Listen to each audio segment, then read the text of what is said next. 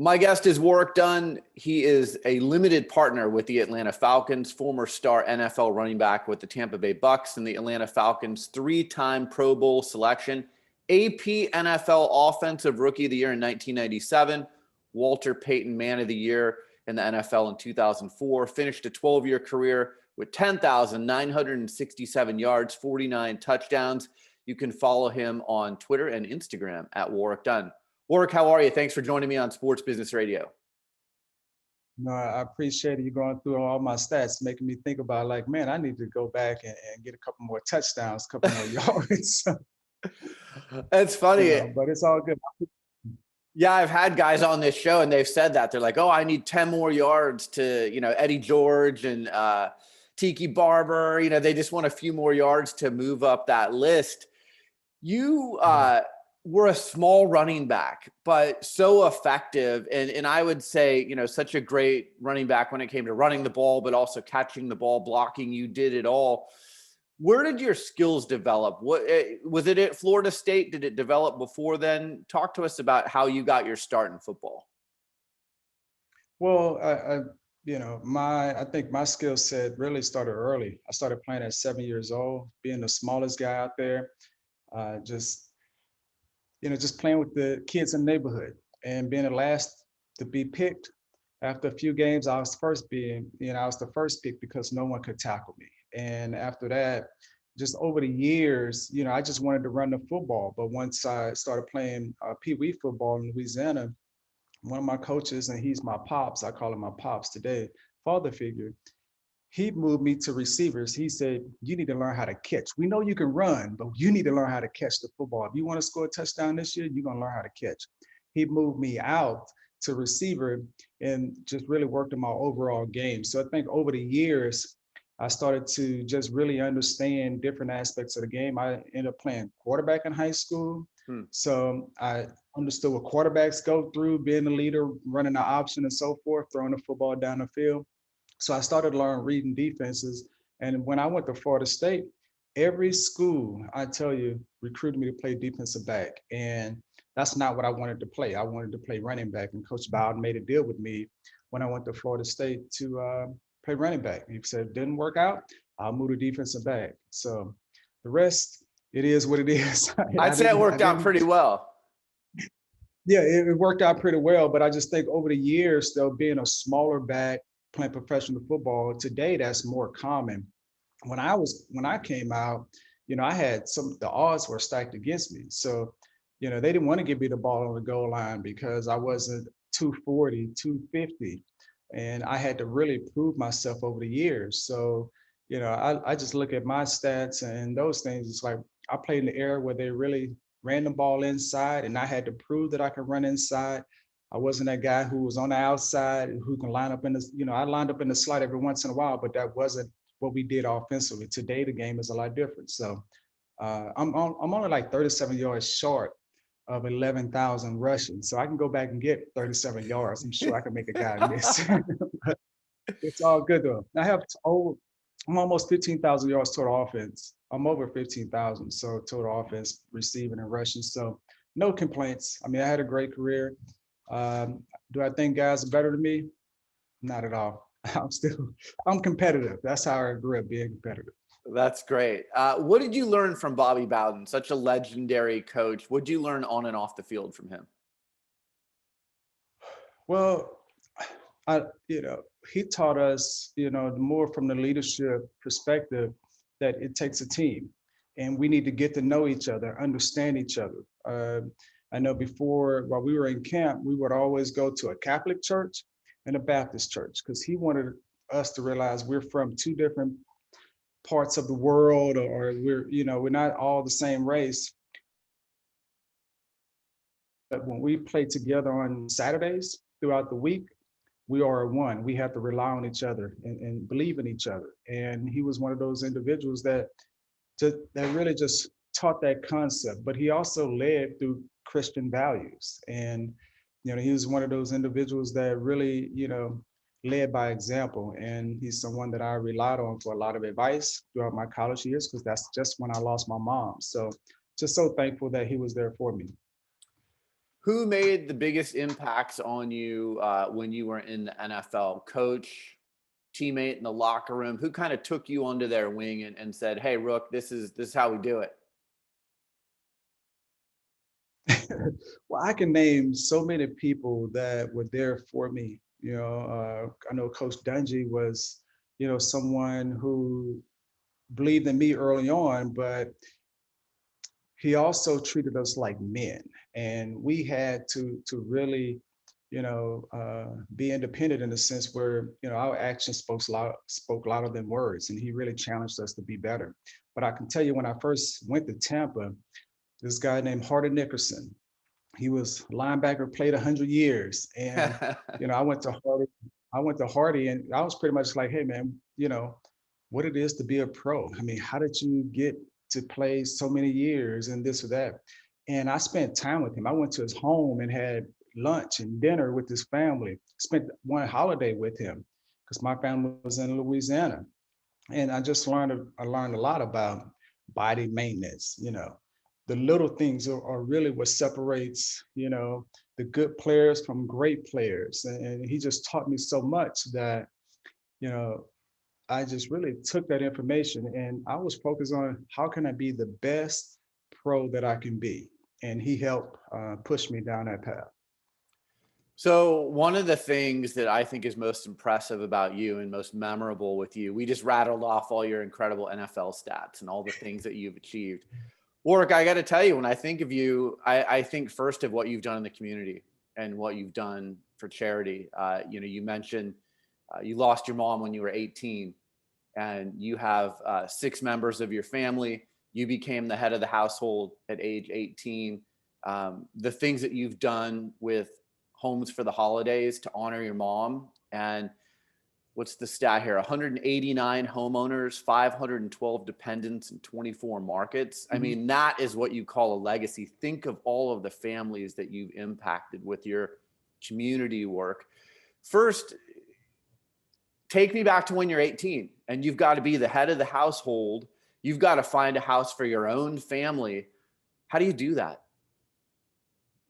Well, it was a challenge, but I think being 18 years old at the time my mom lost her life, I couldn't be a kid anymore. I had to really grow up and mature at an early age, and I grew up really fast. And I knew my mom, her dream was to run her home. Never having that opportunity, I went and paid for and bought our first home as a family at 18 years old. And you know, I I knew that her dream and what she wanted, but at the same time, I had no idea about the process, the steps. I mean, I wasn't mature enough to really understand the ins and outs of things. So I relied on a lot of individuals to help me through that journey. And I just think they were there for me as a resource. I couldn't make all of the decisions because, I mean, obviously, I hadn't lived a full enough life to really guide and move us forward. So I relied on a lot of advisors, and I took a lot of information that they shared with me. And I tried to make decisions based on their suggestions. And this is the same thing I did with Coach Bowden. I went to Coach Bowden in college and was just like, hey, coach, this is a situation. What should I do? He always gave me situations, what he did with his kids growing, when he was a young father. So same thing at that age, just really just trying to find my way and find my path. And I had a lot of great resources and people that was there to support me. So now you're helping people, single parent families, find those homes.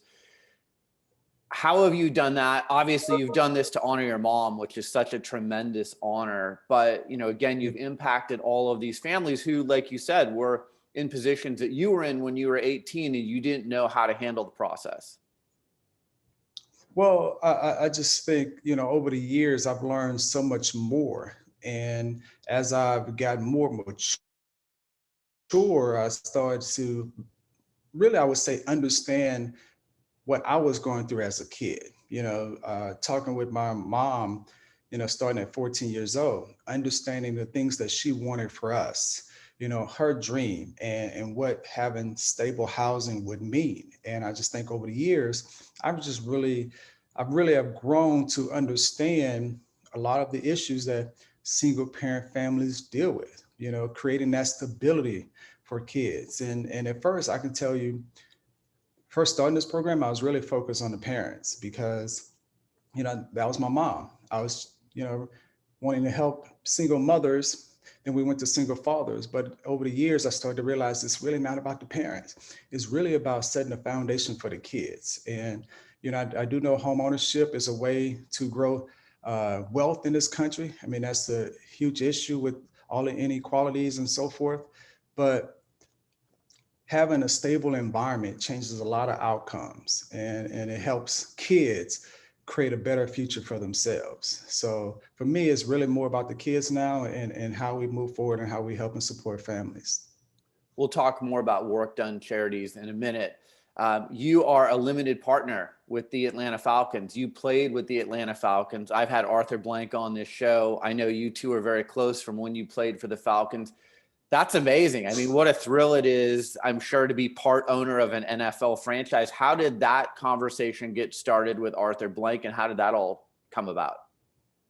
Well, it's crazy how it started. I was on a practice field, one day, and he would always come out and watch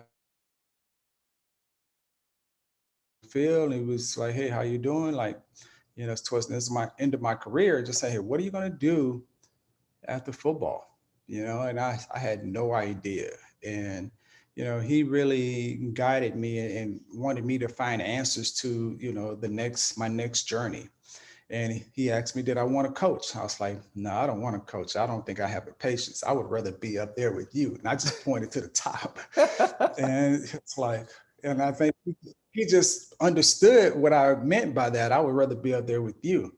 And I just think, when I was released by the Falcons, I talked to him and he said, "Warrick, this is the tough part of business. This is the part I hate. But when you're done playing the game that you love, I would love to call you a partner." And honestly, I still had no idea what he meant by that. I was like, "Yes, sir." And, when I retired, we had conversations, and he was really pushing me to do something like this. And I didn't understand the benefits of it in the moment. Today, it is, by the grace of God, I'm thankful that he was persistent in pushing me to do something that would, be an example, betterment for my community, for my family and my community. And I'm so thankful for him and his relationship and the friendship that we've developed over the years, that a lot of things wouldn't be possible without his guidance. So I'm honored and blessed, to have a great relationship with Mr. Blank. Tell me about your role as limited partner. Is Arthur Blank leaning on you for insight and perspective that only a player could provide? How are you involved in the organization? Well, I'm just like any other owner. I think it's like 7 or 8 of us now. Okay. A lot of partners, but when they ask, I share what I know. I question things a lot of times, but I'm not in the big meetings. Those are I don't have decisions. Those things. I do interact with players, and I do go and talk with the guys, and try to stay engaged as much as possible. But, I'm in the war room on draft day and those things, but I don't get a chance to make the picks. I'm not out scouting and so forth. But, if they ask me, I share. Other than that, I'm a partner, and I try to advise as much as I can when there's an opportunity. Seems like they got a generational tight end in the most recent draft in Kyle Pitts. I like that pick. Well, no, I mean, he's talented. The only negative about him is that he's a Gator. So, being a Gator, it's okay, but I can look past that. He goes out and beat Kyle Pitts, a great player. And I mean, he's talented. I look forward to actually meeting him, and just seeing how his career progresses. So it'd be great to see him definitely blossom. I mean, that's what we need in Atlanta, and I think we need to continue to build on what we've been doing so far. All right, you've got some Warrick Dunn Charities events coming up. June 10th, you and Steve Weish from NFL Network are going to be hosting an event, the Juneteenth Celebration, a night with Warrick Dunn Charities. There's going to be an engaging dialogue surrounding diversity, inclusion. There's going to be some NFL stars taking part in this. Tell us more about that. Well, it's going to be a conversation, Steve Weiss and I, that night, June 10th, is really just to talk about, diversity and inclusion. Just really put an emphasis on, what we've been through in this country over the last year with all the racial issues and inequalities, and really just try to highlight it and talk with companies about, creating more diversity, equal equity, having more equity inside the corporations so that we can see minorities, Black individuals actually who've worked hard, who deserve that rise, do that. But just having more of a diverse inclusion, I think is important for growth.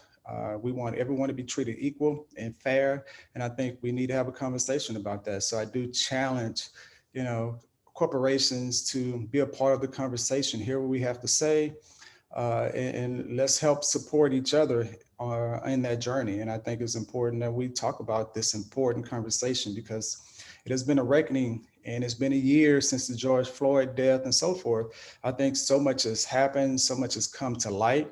I think it's important that, we don't be afraid of change and opportunity. And this is our opportunity to definitely make positive change.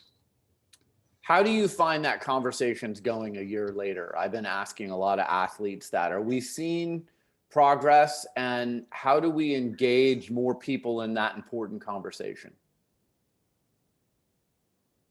Well, I think we've had a lot of conversations, and it was important, when in the moment. I just think now, because we're a year removed, I think it's not as a high intensity topic today. And I think we need to continue to have that as one of the, as conversation starters. And we can't forget, where we are as a country with, just all of the history of racial issues and inequalities. It's like, how can we make sure that every American, everyone is treated equal, everyone has a great opportunity for success? And a lot of that stuff starts with housing. That's the quickest way to grow wealth. But when we're talking with corporations, how do we invest in communities to help everyone in their community, have opportunity to be successful? When you have healthy communities, you have healthy individuals that are now going out and being great citizens. And that's what we should want for everyone in this country, to have an equal footing opportunity to move forward. Hoffman Financial, Accord Care, PNC Bank, RGT Wealth Advisors, Open Sesame, the Owens. These are some of the companies that are involved. I would challenge other companies to get involved. Go to WDC.org for more information on how you can get involved. All right, this next event, June 25th, this sounds like one that I would really be excited to be a part of. The Wine, Dine, and Cigars with Celebrities event, hosted by Sage Steele, Roe Parrish, Mike Hill. I mean, you're going to have Michael Vick there, Malcolm Jenkins. You've got some other great guests that are going to be part of this lineup. Tell us about that event. Well, it's Wine, Dine, and Cigars. Usually we do a golf tournament. This year we're changing it up, and we're having a virtual experience where you can actually participate from your home. So we have a lot of corporate opportunities for corporations to come in and sponsor and be part of the event.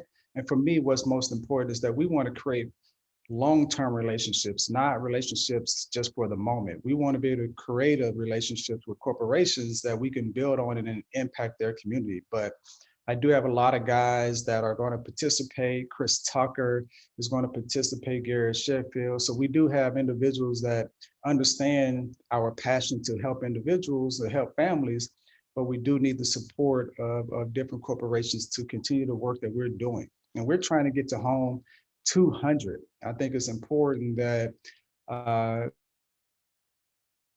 work going on almost 24 years, we have a 92% success rate. The last time we did a check on all of our families that are in their home or they sold their home and bought another home. So we're creating stability for our families and the impact. And now we have financial literacy, program that's called kind of responsibility. Is on more, your needs instead of things that you want. I grew up on a basis, and I just want kids to understand and value that dollar. But we also incentivize them to start a savings account as well. And we match them up to $500 on a savings account. So if they invest in themselves, we invest in them. We also have a program that's called Scope, where with the food inequalities, food deserts in this country is in deal with food insecurities.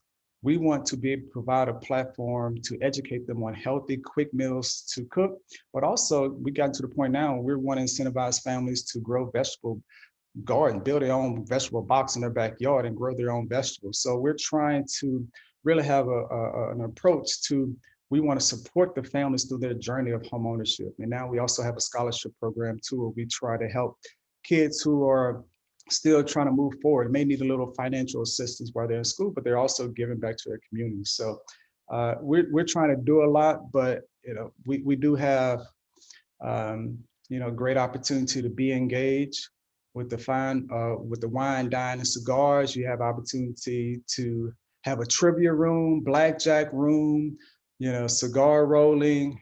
We're going to ship boxes, custom boxes to individuals' homes so they can sit at home and participate in this live online event. It's great. So again, you've got the Juneteenth celebration on June 10th at 6:30 p.m. Eastern. On June 25th, you've got wine, dine, and cigars with celebrities. Go to wdc.org for more information on that. Warrick, you've done a phenomenal job with Warrick Dunn Charities. There's a lot of athletes that want to start charitable foundations. They don't know where to begin. They don't know how to do it. You have done such an amazing job over all of these years of running Warrick Dunn Charities. If there's an athlete out there listening to this and they say, I want to give back to the community, but I don't know how to start a charitable organization, what's your advice? Well, one, I would tell an individual, what are you passionate about? So one, you got to figure out what you're passionate about. And two, if someone else is already doing the work that you want to do, create a partnership. Don't reinvent the wheel. You have so many nonprofits that are competing with one another. I think it's important that we team up, create partnerships, and you can go in and advance that nonprofit. And you could have say-so if you bring in a lot of financial responsibility, financial opportunity to them, you could have the responsibility of really help guiding them in the direction that they should go. Yeah, and I've tried to tell guys over the years is that when you go ahead. Go ahead. Sorry. No. It's a lot of financial responsibility when you're dealing with the government and so forth. I'm not about hiring family members. It's not about that, so they can have a job. No, we have to be fiduciary responsible for donors' dollars. No one in my family works for an organization. They help support, they volunteer, but that financial responsibility to your donors, but also to the government, you save yourself all those issues by just partnering with other organizations that are already doing the work that you're passionate about. When you have an opportunity to partner with someone business-wise, whether it's for community good or just a business deal, like what you've done with Arthur Blank, what are the elements that you look for in a business partnership? Well, I try to create a relationship. Being in the South is a lot different than being up north. In the South, we're definitely pushing relationships because I think when you understand an individual, their values and what they believe in, and that for me, I just care about people. Money, that stuff comes and goes, but people, we're here. I just care about helping people. And I think if you can hear it in my voice, and hopefully see it in the work that I do, but it's just a part of who I am. I am a family man. I don't know anything else, right? So because of what I've been through, and I try to build relationships off of individuals that it's not one-sided. We can help each other. And I'm all about partnerships. I'm all about helping us, to all take a foot forward. And should we make money? Yes, but we can be strategic and smart about creating these partnerships where we can move forward and really sending a message to people that, this is an opportunity to come together, collaborate, and maybe come up with new ideas. But I just think the message is that we can do things if we do it together. I grew up on a playing football team. It's no I in team. We all have to rely on trusting each other to be successful. And I just think the message is, hey, I want to create a positive team that's really about change and helping individuals have the same opportunities that we all had. And remember, we're not going to give anybody anything. Everybody has to do their part. We just want to give a hand up and not a handout. Warrick Dunn, you can find all his tremendous work with Warrick Dunn Charities at wdc.org. Follow him on Twitter and Instagram at Warrick Dunn. A reminder, 2 great events coming up with Warrick Dunn Charities. June 10th, you've got the Juneteenth celebration, and then on June 25th, wine, dine, and cigars. Warrick, I tip my hat to you. You make our world a better place. You're doing great work in the community. I have great admiration for you, and keep up the great work. No, I appreciate you having me on, and I just look forward to love to catch up. You're listening to Sports Business Radio. We'll be right back.